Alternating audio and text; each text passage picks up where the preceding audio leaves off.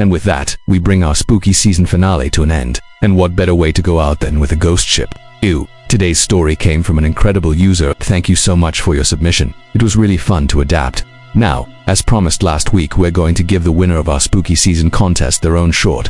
So without further ado, let's jump into our listener-written story called The Red Room by Nicholas Cagle. The old Victorian house loomed over me as I walked up the cracked concrete path toward the front door. My father had recently inherited the home from a great aunt he hadn't seen in years. Apparently, she'd lived here alone since the passing of my great uncle, who, according to family law, had disappeared one night while walking his dog, never to return. I stood on the porch steps for a moment, feeling the humid Florida night cling to me. Crickets chirped incessantly, and the Spanish moss that draped from the trees looked like gauzy white sheets waving in the breeze. As I reached for the doorbell, my phone buzzed. Great Aunt Helen's final message to my father contained only one sentence.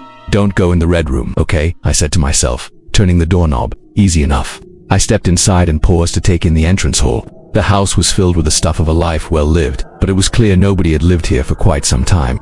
I could smell the dampness of disuse, mildew, cobwebs, dust. I made my way to the living room, then to the kitchen. I peered down hallways, opened doors to spare bedrooms, each filled with aged furniture and mementos of a bygone era. I had been exploring for a good hour when I noticed a closed door at the end of a second-floor hallway. Its surface was painted a garish shade of red. My curiosity piqued. I walked toward the door.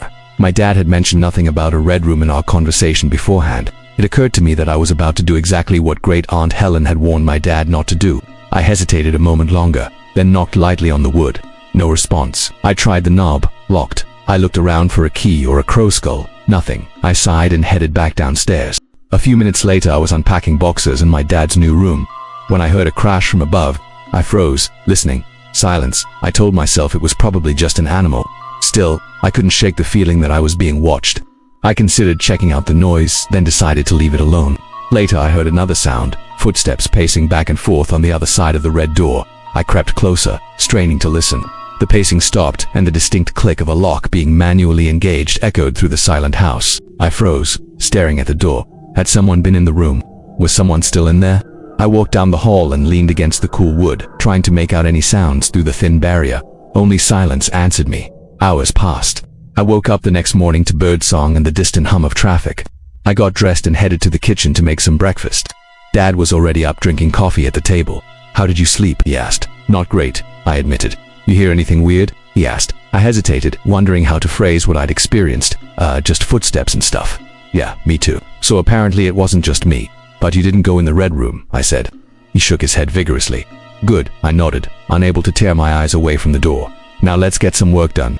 I thought I could stay away from the room long enough to shake the unsettling feeling that had taken root in my gut. Hours passed. We packed up boxes and made several trips to the donation center. By mid-afternoon, the oppressive heat had become almost unbearable. Dad suggested we take a break and grab some lunch at the local diner. While we were gone, I told myself I'll be able to resist the urge to check out the room. But when we returned home, the lure of the forbidden proved too strong. I climbed the stairs and approached the red room. Why did Great Aunt Helen warn my dad not to go in there?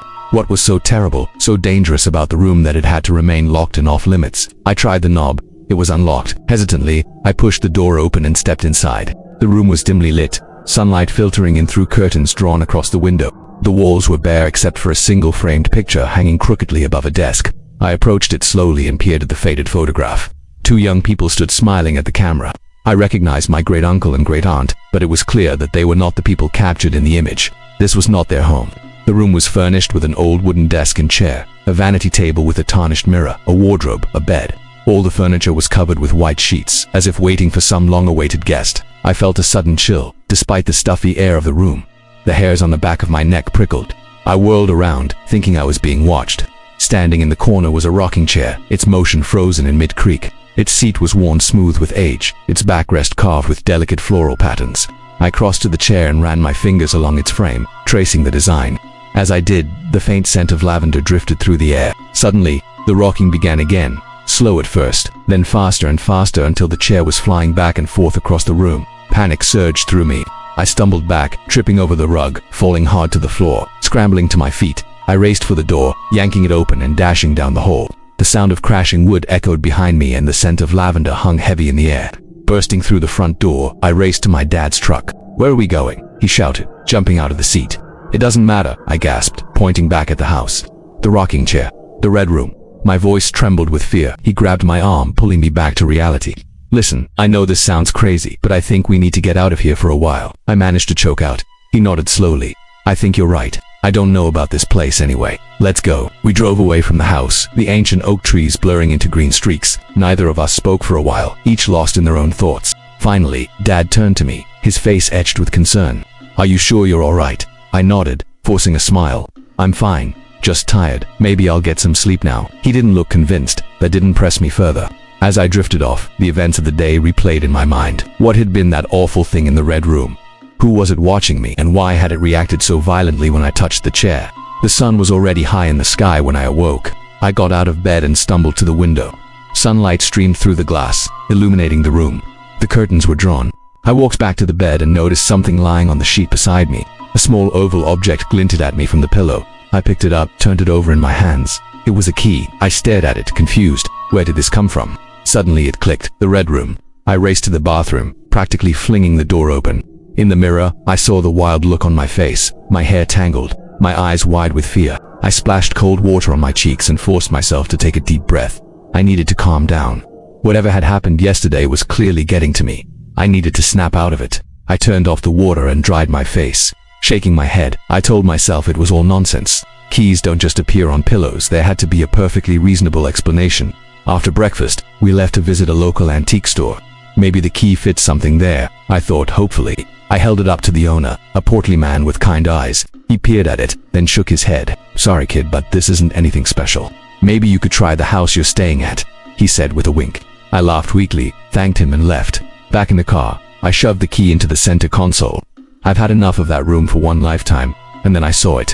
Nestled in the corner of the console was a small, intricately carved wooden box. It was tied shut with a length of twine. I untied the string and lifted the lid. Inside was a pile of yellowed letters, a leather-bound diary, a silver locket, and a key. My key. I recognized it instantly. I pulled it out and stared.